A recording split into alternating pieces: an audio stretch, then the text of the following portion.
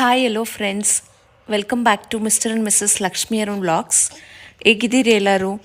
ನಾವು ಚೆನ್ನಾಗಿದ್ದೀವಿ, ನೀವು ಕೂಡ ತುಂಬಾ ಚೆನ್ನಾಗಿದ್ದೀರಿ ಅಂತ ಭಾವಿಸ್ತೀನಿ. ಇದು ನಂದು ಡೆಲಿವರಿ ವ್ಲಾಗ್ ಆಗಿರುತ್ತೆ. ಇದು ನಮ್ಮ most happiest and unforgettable moments ಅಂತ ಹೇಳ್ಬೋದು. ಈ ವ್ಲಾಗ್ನ ನಾನು ನಿಮ್ಮ ಹತ್ರ ಶೇರ್ ಮಾಡೋದ್ರಲ್ಲಿ ನನಗೆ ತುಂಬ ಖುಷಿ ಇದೆ. ನಾನು ಎಷ್ಟು ಈಗರಿದ್ದೆ ಅಂತ ಹೇಳಿದ್ರೆ, ಹಾಸ್ಪಿಟಲ್ ಬ್ಯಾಗ್ನ 1 ಮಂತ್ ಬಿಫೋರೇ ಪ್ಯಾಕ್ ಮಾಡಿ ಇಟ್ಟಿದ್ದೆ. ಡೆಲಿವರಿ ಪೇಯ್ನ್ ಇವತ್ತಾಗ್ಬೋದು, ನಾಳೆ ಆಗ್ಬೋದು ಅಂತ. ಯಾವಾಗ ಆಗುತ್ತೆ, ಹೆಂಗಾಗುತ್ತೆ ಅಂತ ಗೊತ್ತಿಲ್ಲ. ಇದು ನನ್ನ ಫಸ್ಟ್ ಡೆಲಿವರಿ ಆಗಿರೋದ್ರಿಂದ ಹೊಸ ಎಕ್ಸ್ಪೀರಿಯೆನ್ಸ್ ಅಲ್ವಾ. ಅದಕ್ಕೇ ಪಾಪುಗೆ ಬೇಕಾಗಿರೋ ಐಟಮ್ಸು ಮತ್ತು ಹಾಸ್ಪಿಟಲ್ ಬ್ಯಾಗಲ್ಲಿ ನನಗೆ ಬೇಕಾಗಿರೋ ಐಟಮ್ಸ್ನೆಲ್ಲ ಪ್ಯಾಕ್ ಮಾಡಿ ಇಟ್ಕೊಂಡಿದ್ದೆ. ಆ್ಯಕ್ಚುಲಿ ನಂದು ಡೆಲಿವರಿಗೆ 2 ದಿವಸ ಮುಂಚೆ ಎಲೆಕ್ಷನ್ ಇತ್ತು. ಓಟ್ ಹಾಕ್ಲಿಕ್ಕೆ ಹೋಗ್ಬೇಕಾ ಬೇಡವಾ ಅಂತ ಕನ್ಫ್ಯೂಷನ್ ಇಲ್ಲಿದ್ದೆ. ಆಗ ಮನೇಲಿ ಅಮ್ಮ ಕಾಮಿಡಿ ಮಾಡ್ತಿದ್ರು, ನೀನೇನಾದರೂ ಓಟ್ ಹಾಕೋಕ್ಕೆ ಹೋದಾಗ ಡೆಲಿವರಿ ಏನಾದರೂ ಆಯಿತು ಅಂದರೆ ಮತ ಚಲಾಯಿಸೋಕ್ಕೆ ಬಂದ ಮಹಿಳೆಗೆ ಮಗು ಜನನ ಅಂತ ನ್ಯೂಸಲ್ಲಿ ಬರುತ್ತೆ ಹೋಗು ಅಂತ. ಜೋಕ್ಸ್ ಅಪಾರ್ಟ್, ನಮಗೆ ಗೊತ್ತಿದೆ ಅಲ್ವಾ ಒಂದು ಮತ ಎಷ್ಟು ಇಂಪಾರ್ಟೆಂಟ್ ಅಂತ. ಅದಕ್ಕೋಸ್ಕರ ನಾನು ಡಿಫಿಕಲ್ಟಿ ಆದರೂ ಹೋಗೋಣ ಅಂತ ಹೋಗಿ ಓಟ್ ಹಾಕಿ ಬಂದೆ. ಆ್ಯಕ್ಚುಲಿ ನನಗೆ ವೋಟಿಂಗ್ ಬೂತ್ ಬಂದು ನಂದು ಸ್ಕೂಲು, ನಾವು ಓದಿರೋ ಸ್ಕೂಲೇ ಬಂದಿತ್ತು. ನನಗೆ ತುಂಬ ಖುಷಿ ಆಯಿತು ಮಾವಿನ ವರ್ಷ ಆದಮೇಲೆ ನಮ್ಮ ಸ್ಕೂಲ್ನ ನೋಡಿ. ನನ್ನ ಸ್ಕೂಲ್ ಆಚೆ ಬಂದು ಒಂದು ಮಾವಿನ ಮರ ಇದೆ. ಗೇಟ್ ಹತ್ರ ಬಂದಿದ ತಕ್ಷಣ ಅದನ್ನು ನೋಡಿದ ತಕ್ಷಣ ಎಷ್ಟೊಂದು ಮಾವಿನಕಾಯಿ ಇತ್ತು. ನೋಡಿ ತುಂಬಾ ಆಸೆ ಆಯಿತು. ನಾನು ನೋಡೋದನ್ನು ನೋಡಿಬಿಟ್ಟು ವಾಚ್ಮೆನ್ ಅಂಕಲ್ಲು ಆ ಓನರ್ಗೆ ಹೇಳ್ತಿದ್ರು, ಒಂದು ಸ್ವಲ್ಪ ಮಾವಿನ ಹಣ್ಣು ಕೊಡಿ, ಇವರು ಪ್ರೆಗ್ನೆಂಟ್ ಇದ್ದಾರೆ ಅಂತ. ಅಂಕಲ್ಲು ಪಾಪ ಎಷ್ಟು ಪ್ರೀತಿಯಿಂದ ಮಾವಿನಕಾಯಿನೆಲ್ಲ ಒಡೆದು ಕೆಳಗಡೆ ಬೀಳಿಸಿ ನನಗೆ ಕೊಟ್ಟರು. ನನಗೆ ಫುಲ್ ಖುಷಿ ಆಯಿತು ಗೊತ್ತಾ. ಅದು ಟೇಸ್ಟಿ ಕೂಡ ಇತ್ತು. ಅದಾದಮೇಲೆ ನಮ್ಮ ಮನೆಯವರು ಹೊರಗಡೆ ಹೋಗೋಣ ಅಂತ ಹೇಳಿ ಕರ್ಕೊಂಡೋದ್ರು. ನನಗೆ ಆಗ್ತಿತ್ತು ಅಂತ ಟೆಂಡರ್ ಕೊಕೊನೆಟ್ ಕುಡಿದ್ವಿ. ಹೆಲ್ದಿ ಕೂಡ ಅಲ್ವಾ, ಜ್ಯೂಸ್ ಎಲ್ಲ ಕುಡಿದ್ರೆ ಅನ್ಹೆಲ್ದಿ ಅಂತ ಹೇಳಿ ಟೆಂಡರ್ ಕೊಕೊನೆಟ್ ಕುಡಿದ್ವಿ. ತುಂಬ ಚೆನ್ನಾಗಿ ಟೇಸ್ಟಿಯಾಗಿತ್ತು. ಡೆಲಿವರಿ ಆದಮೇಲೆ ಬಾಣಂತನದಲ್ಲಿ ಏನೂ ತಿನ್ನಂಗಿಲ್ಲ ಅಂತ ಹೋಗ್ತಾ ಅಲ್ಲಿ ಮಿರ್ಚಿ ಮಂಡಕ್ಕಿ ನೋಡಿದ್ವಿ. ಮಸ್ತ್ ಟೇಸ್ಟಿ ಇತ್ತು ಗೊತ್ತಾ. ನಮ್ಮ ಮನೆಯವ್ರು ಕೊಡಿಸಿದ್ರು. ವಾವ್, ಅದೇ ಫಸ್ಟ್ ಟೈಮ್ ನಾನು ಅದು ತಿಂದಿದ್ದು. ಯಮ್ಮಿ. ಇದನ್ನು ನೋಡ್ತಿದ್ರೇ ನಂಗೆ ಇನ್ನೊಂದ್ಸತಿ ತಿನ್ಬೇಕಂತ ಅನ್ನಿಸ್ತಿದೆ. ತುಂಬ ಕ್ರಿಸ್ಪಿಯಾಗಿತ್ತು ಆ ಮಿರ್ಚಿ ಮಂಡಕ್ಕಿದು. ಆಮೇಲೆ ಮಾರನೇ ದಿವಸ ಬೆಳಗ್ಗೆ ಅಮ್ಮ ನನಗೆ ಖೀರ್ ಮಾಡಿದರು. ಏನು ಜಾಸ್ತಿ ಬೈಕೆ ಅಂತ ಕೇಳ್ತಾ ಇರಲಿಲ್ಲ, ಅದಕ್ಕೇ ಅಮ್ಮ ಅವರೇ ಖೀರ್ ಮಾಡಿದರು. ತುಂಬ ಟೇಸ್ಟಿಯಾಗಿತ್ತು. ಮತ್ತೆ ತಿನ್ನಬೇಕು ಅಂತ ಅನ್ನಿಸ್ತಿದೆ. ನನಗೆ ಈ ವಿಡಿಯೋ ರೆಕಾರ್ಡ್ ಮಾಡ್ತಿರೋವಾಗಲೂ ಆಸೆ ಆಗ್ತಿದೆ ತಿನ್ನಬೇಕು ಅಂತ. ನನಗೆ ಸೀಮಂತ ಆಗಿದ್ದು 8 ತಿಂಗಳು ತುಂಬಿ 9 ತಿಂಗಳಿಗೆ ಬಿದ್ದಿದ್ದು 2 ದಿವಸಕ್ಕೇ ಸೀಮಂತ ಮಾಡಿಬಿಟ್ವಿ. ಡೆಲಿವರಿ ಬೇಗ ಆಗ್ಬಿಡುತ್ತೇನೋ, ಯಾವಾಗಾದರೂ ಆಗಿಬಿಟ್ರೆ ಎಲ್ಲಿ ಸೀಮಂತ ಮಿಸ್ ಆಗಿಬಿಡುತ್ತೆ ಅಂತ ಬೇಗನೆ ಮಾಡಿದ್ರು. ಸೀಮಂತ ಆಗಿದ್ಮೇಲೆ ಪ್ರತಿದಿನ ಪ್ರತಿ ಕ್ಷಣ ನಾನು ಪಾಪು ಹತ್ರ ಕೇಳ್ತಿದ್ದೆ, ಪಾಪು ನೀನು ಯಾವಾಗ ಆಚೆ ಬರ್ತೀಯಾ, ಹೆಂಗೆ ಬರ್ತೀಯಾ. ಮತ್ತು ನಮ್ಮ ಮನೆಯವ್ರ ಹತ್ರನೂ ಮತ್ತು ಮನೇಲಿರೋರೆಲ್ಲರೂ ಮಾತಾಡ್ಕೋತಿದ್ವಿ, ಯಾವ ಟೈಮಿಗೆ ಡೆಲಿವರಿ ಆಗುತ್ತೆ, ನೈಟ್ ಡೆಲಿವರಿ ಆದರೆ ಏನು ಮಾಡೋದು. ಆಮೇಲೆ ನನಗೇನಾದರೂ ಆಗ್ಬಿಟ್ರೆ ಅಂತ ನಾನು ಮನೆಯವ್ರ ಹತ್ರ ಎಲ್ಲ ಬ್ಲ್ಯಾಬರ್ ಮಾಡ್ತಿದ್ದೆ. ನಮ್ಮ ಮನೆಯವರು ಆ ಥರ ಎಲ್ಲ ಮಾತಾಡಬಾರ್ದು ಕಣೆ, ಏನೂ ಆಗಲ್ಲ, ನೀನು ಪಾಪು ಹುಷಾರಾಗಿ ಮನೆಗೆ ಬರ್ತೀರಾ. ಮಿಡ್ನೈಟಲ್ಲಿ ಏನಾದರೂ ಡೆಲಿವರಿ ಪೇಯ್ನ್ ಬಂತು ಅಂದರೂ ಹಾಸ್ಪಿಟಲ್ ಪಕ್ಕನೇ ಇದೆ, ಯೋಚನೆ ಮಾಡಬೇಡ ಬಿಡು ಅಂತ ಹೇಳ್ತಿದ್ರು. ಹೀಗೆ ಹೋಗ್ತಾ ಡ್ಯೂ ಡೇಟ್ ಹತ್ರ ಬಂದೇ ಬಿಡ್ತು. ಇವತ್ತೇನು 2 ಮೇ, ಇವತ್ತೇನೇ ಡೆಲಿವರಿ ಆಗಬೇಕಾಗಿತ್ತು. ಬಟ್ ಪೇಯ್ನೇ ಬರಲಿಲ್ಲ ನನಗೆ. ಬೆಳಗ್ಗೆಯಿಂದನೂ ವೆಯ್ಟ್ ಮಾಡ್ತಿದ್ದೀನಿ, ಪೇಯ್ನ್ ಬರಲಿಲ್ಲ. ನಮ್ಮ ಮನೆಯವ್ರೂ ಅಷ್ಟೇ ಯೋಚನೆ ಮಾಡ್ತಿದ್ದಾರೆ, ಏನು ಮಾಡೋದು ಅಂತ ಗೊತ್ತಾಗಲಿಲ್ಲ. ಸರಿ ವೆಯ್ಟ್ ಮಾಡೋಣ, ನೈಟ್ಗೆ ಏನಾದರೂ ಪೇಯ್ನ್ ಬರ್ಬೋದು ಅಂತ ಹೇಳಿಬಿಟ್ಟು ವೆಯ್ಟ್ ಮಾಡಿದ್ವಿ. ನಾನು ಡಾಕ್ಟ್ರಿಗೂ ಕಾಲ್ ಮಾಡಲಿಲ್ಲ. ಜನರಲಿ ಪೇಯ್ನ್ ಬಂದ್ರೇ ಹಾಸ್ಪಿಟ್ಲಿಗೆ ಬನ್ನಿ ಅಂತ ಅವರು ಹೇಳಿದರು. ಆಮೇಲೆ 1 ತಿಂಗಳಿಂದ ನಾನು ಹಾಸ್ಪಿಟಲ್ ಬ್ಯಾಗ್ ಪ್ಯಾಕ್ ಮಾಡಿಟ್ಕೊಂಡು ಪೇಯ್ನ್ ಇವತ್ತು ಬರುತ್ತೆ ನಾಳೆ ಬರುತ್ತೆ ಅಂತ ವೆಯ್ಟ್ ಮಾಡ್ತಾ ಇದ್ದೆ. ಪಾಪು ಹತ್ರನೂ ಕೇಳ್ತಿದ್ದೆ, ಯಾವಾಗ ಬರ್ತೀಯಾ ನೀನು ಅಂತ. ಆಮೇಲೆ ಓಕೆ, ಮಾರನೇ ದಿವಸ ಬೆಳಗ್ಗೆ ಆಯಿತು, 3 ಮೇ ಆಯಿತು. ನನಗೆ ಯಾಕೋ ಭಯ ಆಗೋಕ್ಕೆ ಸ್ಟಾರ್ಟ್ ಆಯಿತು. ಅದಕ್ಕೆ ನಾನು ಮನೆಯವರು ಮಮ್ಮಿ ಹತ್ರ ಕೇಳಿದ್ವಿ, ಏನು ಮಾಡೋದು ಮಮ್ಮಿ, ಈ ಥರ ಆಗಿದೆ ಅಂತ. ಮಮ್ಮಿ ಹೇಳಿದ್ರು, ಬೇಡಮ್ಮ ಇನ್ನು ಡಿಲೇ ಮಾಡಬೇಡಿ, ಯಾವುದಕ್ಕೂ ಹಾಸ್ಪಿಟಲ್ಗೆ ಹೋಗೋಣ ಬನ್ನಿ, ಡಾಕ್ಟರ್ ಹತ್ರನೇ ಕೇಳೋಣ ಅಂತ ಹೇಳಿ ಕರ್ಕೊಂಡು ಹೋದ್ರು. ಹಾಸ್ಪಿಟ್ಲ್ ಹೋದ್ವಿ. ಡಾಕ್ಟರ್ ಕೇಳ್ತಿದ್ರೆ, ಯಾಕೆ ಡ್ಯೂ ಡೇಟು ನೆನ್ನೆನೇ ಬರಬೇಕಾಗಿತ್ತಲ್ವ ನೀವು ಅಂತ. ನಾವು ಗೊತ್ತಿಲ್ಲ ಡಾಕ್ಟರ್, ವೆಯ್ಟ್ ಮಾಡ್ತಿದ್ವಿ ಪೇಯ್ನ್ ಬರುತ್ತೆ ಅಂತ. ಪೇಯ್ನ್ ಬರಲಿಲ್ಲ, ಅದಕ್ಕೆ ಇವತ್ತು ಬಂದ್ವಿ ಅಂತ. ಆಮೇಲೆ ಹೋಗ್ಲಿ ಬಿಡಿ, ನೀವು ಇವಾಗಲೇ ಚೆಕ್ ಮಾಡೋಣ ಬನ್ನಿ ಅಂತ ಕರ್ಕೊಂಡೋಗಿ ಚೆಕ್ ಮಾಡಿದ್ರೆ ಸರ್ವೈಕಲ್ ಓಪನಿಂಗ್ ಬರೀ 2 to 3 ಸೆಂಟಿಮೀಟರ್ಸ್ ಅಷ್ಟೇ ಆಗಿತ್ತು.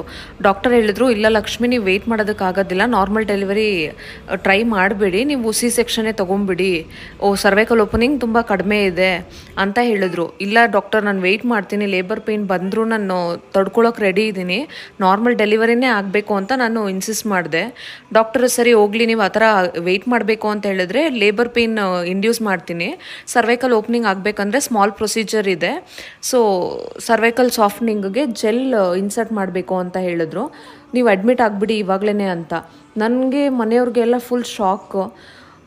ಈಗ ಮನೆಯಿಂದ ಹೊರಟಿದ್ದು ಬರೀ ಚೆಕಪ್ಗಂತ ಈ ಥರ ಅಡ್ಮಿಟ್ ಆಗಬೇಕು ಅಂತ ಹೇಳ್ತಿದ್ದಾರೆ.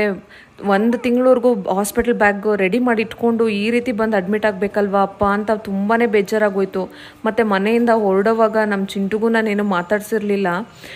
ತುಂಬ ಬೇಜಾರಾಗೋಯ್ತು. ನನ್ನ ಮನೆಯಿಂದ ಬಂದವಳು ಹಿಂಗೆ ವಾಪಸ್ಸು ಹೋಗಲ್ಲ, ಹಾಸ್ಪಿಟ್ಲಲ್ಲೇ ಅಡ್ಮಿಟ್ ಆಗಿಬಿಡ್ತೀನಿ ಡೆಲಿವರಿಗೆ ಅಂತ ನಾನು ಅಂದ್ಕೊಂಡೇ ಇರಲಿಲ್ಲ. ನಾವು ಪ್ರೈವಸಿ ಇರಲಿ ಅಂತ ಹೇಳಿಬಿಟ್ಟು ಸ್ಪೆಷಲ್ ವಾರ್ಡೇ ಬುಕ್ ಮಾಡಿದ್ವಿ. ಅದು AC ರೂಮೇ ಬುಕ್ ಮಾಡಿದ್ವಿ. ಅದಾದಮೇಲೆ ಪ್ರೊಸೀಜರ್ಗೆ ಎಲ್ಲ ರೆಡಿ ಮಾಡಿಕೊಂಡ್ರು. ಸ್ಮಾಲ್ ಪ್ರೊಸೀಜರ್ಗೆ ಆಪ್ರೇಷನ್ ಥಿಯೇಟ್ರಿಗೆ ಹೋದಾಗಲೇ ನನಗೆ ಮೈಯೆಲ್ಲ ನಡ್ಕ ಬಂದ್ಬಿಟ್ಟಿತ್ತು. ಆಗಲೇ ತುಂಬ ಭಯ ಆಗಿಬಿಟ್ಟಿತ್ತು ನನಗೆ. ಬಟ್ ಆದರೂ ಧೈರ್ಯವಾಗಿ ತಡ್ಕೊಂಡಿದ್ದೆ. ಸ್ವಲ್ಪ ಪೇನ್ಫುಲ್ ಆಗಿತ್ತು. ಬಟ್ ಆದರೆ ಡಾಕ್ಟರ್ ಹೇಳಿದರು ಒಂದು 6 ಅವರ್ಸ್ವರೆಗೂ ವೆಯ್ಟ್ ಮಾಡಿ, ಲೇಬರ್ ಪೇಯ್ನ್ ಬರುತ್ತೆ. ಲೇಬರ್ ಪೇಯ್ನ್ ಬರಲಿಲ್ಲ ಮತ್ತು ಸರ್ವೈಕಲ್ ಓಪನಿಂಗ್ ದೊಡ್ಡದಾಗಲಿಲ್ಲ ಅಂತ ಹೇಳಿದ್ರೆ C-ಸೆಕ್ಷನ್ ಮಾಡಲೇಬೇಕು ಅಂತ.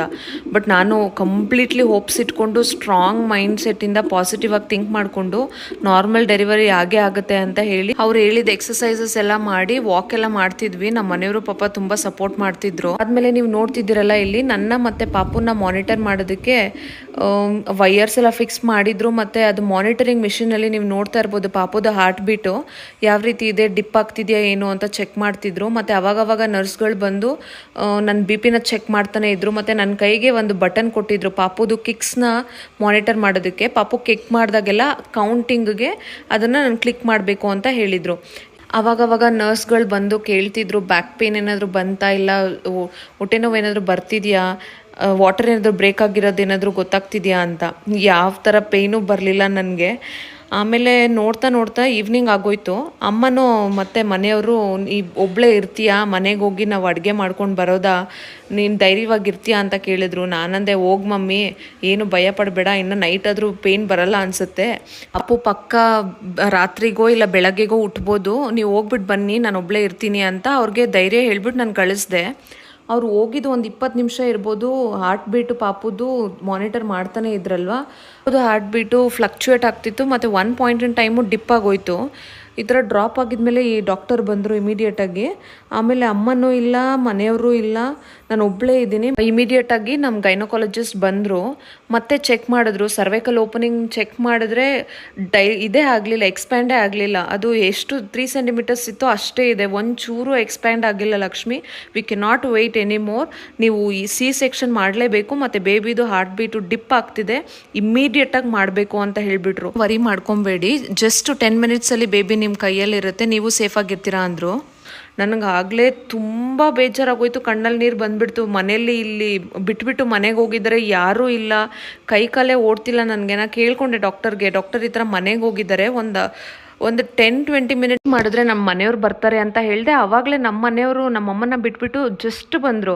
ಆವಾಗ ಹೇಳ್ತಿದ್ದಾರೆ, ಅರುಣ್ ವೆಯ್ಟ್ ಮಾಡೋದಕ್ಕಾಗೋದಿಲ್ಲ, ಪಾಪುದು ಹಾರ್ಟ್ ಬೀಟು ಡಿಪ್ ಆಗ್ತಿದೆ, ಇವಾಗಲೇ ಇಮಿಡಿಯೇಟಾಗಿ ಲೇಬರ್ ರೂಮ್ಗೆ ಶಿಫ್ಟ್ ಮಾಡಬೇಕು, ಸೈನ್ ಮಾಡಿ ಫಾರ್ಮಲ್ಲಿ ಅಂತ ಹೇಳಿದ್ರು. ನಮ್ಮ ಮನೆಯವರು ಇಲ್ಲ ಮಮ್ಮಿ ಇಲ್ಲದೆ ಮಾಡೋದಕ್ಕಾಗೋದಿಲ್ಲ, ಅವ್ರನ್ನ ಕರ್ಕೊಂಬಂದ್ಬಿಡ್ತೀನಿ, ಒಂದು 5 ನಿಮಿಷ ಟೈಮ್ ಕೊಡಿ ಅಂತ ಹೇಳಿದ್ರೆ, ಇಲ್ಲ ಡಾಕ್ಟರ್ ಹೇಳಿದ್ರು ನೀವು ಹೋಗೋಕ್ಕಾಗಲ್ಲ, ಇವಾಗಲೇ ಸೈನ್ ಮಾಡಿಬಿಟ್ಟು ಹೋಗಿ ಅವ್ರನ್ನ ಆಪ್ರೇಷನ್ ಥಿಯೇಟ್ರಿಗೆ ನಾವು ಮೂವ್ ಮಾಡಿರ್ತೀವಿ ಅಂತ. ಹಾಸ್ಪಿಟಲ್ ನಮ್ಮ ಮನೆ ಹತ್ರನೇ ಇರೋದ್ರಿಂದ ಒಂದು 10 ನಿಮಿಷ ಆಗುತ್ತೆ ಅಷ್ಟೇ. ನಮ್ಮ ಮನೆಯವರು ಫಟಾಫಟ್ ಅಂತ ಹೋಗಿ ಅಮ್ಮನ ಕರ್ಕೊಂಬಂದರು. ನಾನು ಬೇರೆ ಅಳ್ತಾ ಇದ್ದೆ. ಅಮ್ಮನ ಮತ್ತು ಅವ್ರನ್ನ ನೋಡಿದೆ ನಾನು. ಹೆಂಗೆ ಆಪ್ರೇಷನ್ ಥಿಯೇಟ್ರ್ ಒಳಗಡೆ ಹೋಗೋದು, ನಿಮಗೆ ಗೊತ್ತು ಅಲ್ವಾ, ಲೇಬರ್ ಪೇಯ್ನ್ ಬಂತು ಅಂದರೆ ಇದು ನಮಗೆ ಮರು ಜನ್ಮ ಥರ, ಏನಾಗುತ್ತೆ ಅಂತ ನಮಗೆ ಗೊತ್ತಿಲ್ಲ. ಬಟ್ ನಮ್ಮ ಲವ್ಡ್ ಒನ್ಸ್ನ ನೋಡ್ಬಿಟ್ಟೆ ಹೋಗಬೇಕು ಅಂತ ನನಗೆ ಆಸೆ ಇತ್ತು. ಆಮೇಲೆ ಇವ್ರು ಕರ್ಕೊಂಡು ಬಂದರು ಅಮ್ಮನ ಮತ್ತು ಅವ್ರನ್ನ, ಇಬ್ಬರನ್ನೂ ಹಗ್ ಮಾಡಿಕೊಂಡು ಅವಾಗ ಸಮಾಧಾನವಾಗಿ ಲೇಬರ್ ರೂಮ್ಗೆ ಹೋದೆ. ಅಷ್ಟೊತ್ತಿಗೆ ನಾನು ನಮ್ಮ ಅಕ್ಕನಿಗೂ ಕೂಡ ಕಾಲ್ ಮಾಡಿ ಕರೆದಿದ್ದೆ. ನಮ್ಮ ಅಕ್ಕನೂ ರಿತ್ವಿಕ್ ಕೂಡ ಬಂದಿದ್ದರು. ನೀವು ನೋಡ್ಬೋದು, ನಾನು ಆಪ್ರೇಷನ್ ಥಿಯೇಟ್ರಿಗೆ ಹೋಗೋವಾಗ ಸಮಾಧಾನವಾಗಿ ನಗ್ನಾಗ್ತಾನೆ ಹೋದೆ. ನಮ್ಮ ಮನೆಯವ್ರನ್ನ ಮತ್ತು ಅಮ್ಮನೆಲ್ಲ ನೋಡಿದ್ನಲ್ವ, ಸಮಾಧಾನ ಆಯಿತು. ಆಚೆ ರಿತ್ವಿಕು ಅಕ್ಕ ಕೂಡ ವೆಯ್ಟ್ ಮಾಡಿದರು. ಇಲ್ಲಿ ನಾನು ಆಪ್ರೇಷನ್ ಥಿಯೇಟ್ರ್ ಒಳಗಡೆ ಹೋದ್ಮೇಲೆ ನಮ್ಮ ಮನೆಯವರು ಆಪ್ರೇಷನ್ ಥಿಯೇಟ್ರ್ ಒಳಗಡೆ ಬರಬೇಕು, ಅವ್ರು ಇದ್ರೇನೆ ನಾನು ಡೆಲಿವರಿ ಮಾಡ್ಕೊಳ್ಳೋದು ಅಂತ ಹೇಳಿದೆ ಫಸ್ಟೇನೆ. ಅದಕ್ಕೆ ಅವರು ರೆಡಿಯಾಗಿ ಆಪ್ರೇಷನ್ ಥಿಯೇಟ್ರ್ ಒಳಗಡೆ ಬಂದಿರೋದಿದು. ಒಳಗಡೆ ಬರೋಷ್ಟೊತ್ತಿಗೆ ನನಗೆ ಬ್ಯಾಕಲ್ಲಿ ಅನಿಸ್ತಿಷ್ಯ ಕೊಟ್ಟಿದ್ರು. ತುಂಬ ಪೇನ್ಫುಲ್ ಆಗಿತ್ತು ಅದು. ಅದಾದಮೇಲೆ ನನ್ನ ಬಾಡಿ ಎಲ್ಲ ನಂಬಾಗೋಯ್ತು, ಏನಾಯಿತು ಅಂತಲೇ ಗೊತ್ತಾಗಲಿಲ್ಲ. ಬಟ್ ನಾನು ಕಾನ್ಷಿಯಸ್ ಆಗೇ ಇದ್ದೀನಿ. ಅವ್ರು ಆಪ್ರೇಟ್ ಮಾಡ್ತಿರೋವಾಗ ನಾನು ಜಸ್ಟ್ ಕ್ಲಾಕ್ನ ನೋಡಿಕೊಂಡು ದೇವ್ರನ್ನ ಪ್ರೇ ಮಾಡ್ತಿದ್ದೆ, ನನಗೂ ಪಾಪುಗೂ ಏನೂ ಆಗಬಾರ್ದು, ಪಾಪು ಹುಷಾರಾಗಿ ನನ್ನ ಕೈ ಸೇರಬೇಕು ಅಂತ. ಚಿನ್ನು ಪಕ್ಕದಲ್ಲಿ ನಿಂತ್ಕೊಂಡು ನನಗೆ ಕೈ ಹಿಡ್ಕೊಂಡು ಧೈರ್ಯ ಹೇಳ್ತಾ ಇದ್ರು.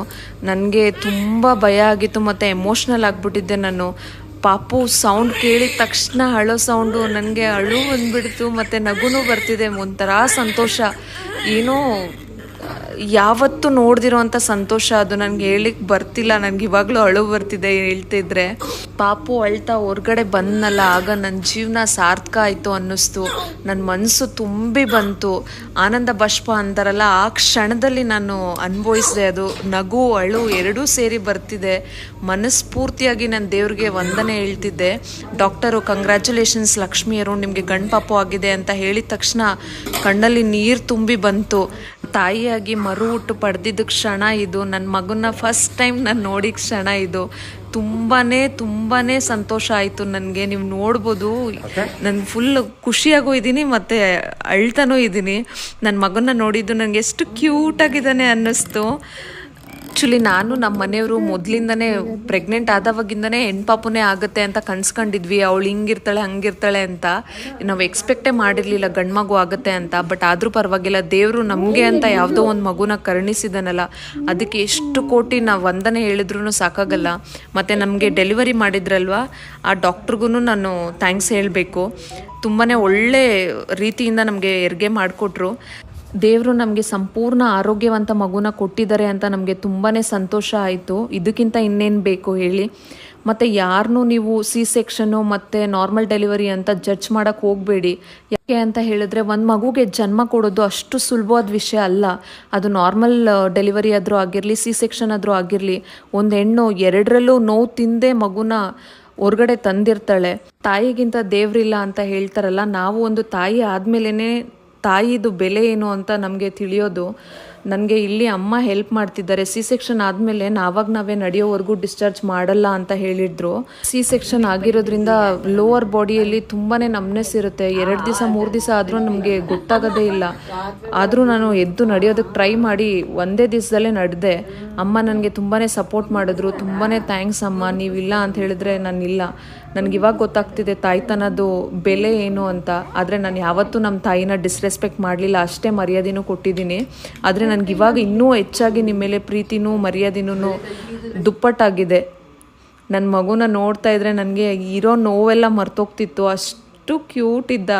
ತಾಯಿಗೆ ಆ ಮಗುನ ನೋಡೋದ್ರಲ್ಲೇ ಒಂದು ಸಂತೋಷ ಅಲ್ವಾ. ಬಂದವರೆಲ್ಲ ಮುದ್ದಾಗಿದ್ದಾನೆ, ಅವನು ಎಷ್ಟು ಚೆನ್ನಾಗಿದೆ ಅವನ ಕೂದಲು ಅಂತೆಲ್ಲ ಹೇಳ್ತಾಯಿದ್ರು.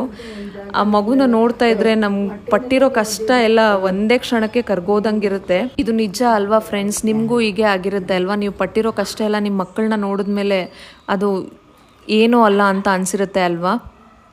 ನಾವು 2 ದಿವಸ ಆದಮೇಲೆ ಡಿಸ್ಚಾರ್ಜ್ ಆಗಿ ಮನೆಗೆ ಬಂದ್ವಿ. ಮನೆಗೆ ಬರೋಷ್ಟೊತ್ತಿಗೆ ನನಗೊಂದು ಸರ್ಪ್ರೈಸ್ ಕಾದಿತ್ತು. ನಮ್ಮ ಮಗುನ ವೆಲ್ಕಮ್ ಮಾಡೋದಕ್ಕೆ ನಮ್ಮ ಅಕ್ಕನೂ ರಿತ್ವಿಕ್, ನಮ್ಮ ಅಕ್ಕನ ಮಗ ಇಬ್ಬರು ರೆಡಿ ಮಾಡಿ ಇಟ್ಕೊಂಡಿದ್ರು. ಬಲೂನ್ ಡೆಕೋರೇಷನ್ಸ್ ಎಲ್ಲ ಮಾಡಿ ನಮ್ಮ ಅಕ್ಕ ಆರತಿ ಮಾಡಿ ಒಳಗಡೆ ಕರ್ಕೊಂಡ್ಲು. ಹೂವಿನ ಹಾಸಿಗೆ ಎಲ್ಲ ರೆಡಿ ಮಾಡಿಟ್ಟಿದ್ರು ಮಗುನ ಒಳಗಡೆ ಕರ್ಕೊಳ್ಳೋದಕ್ಕೆ.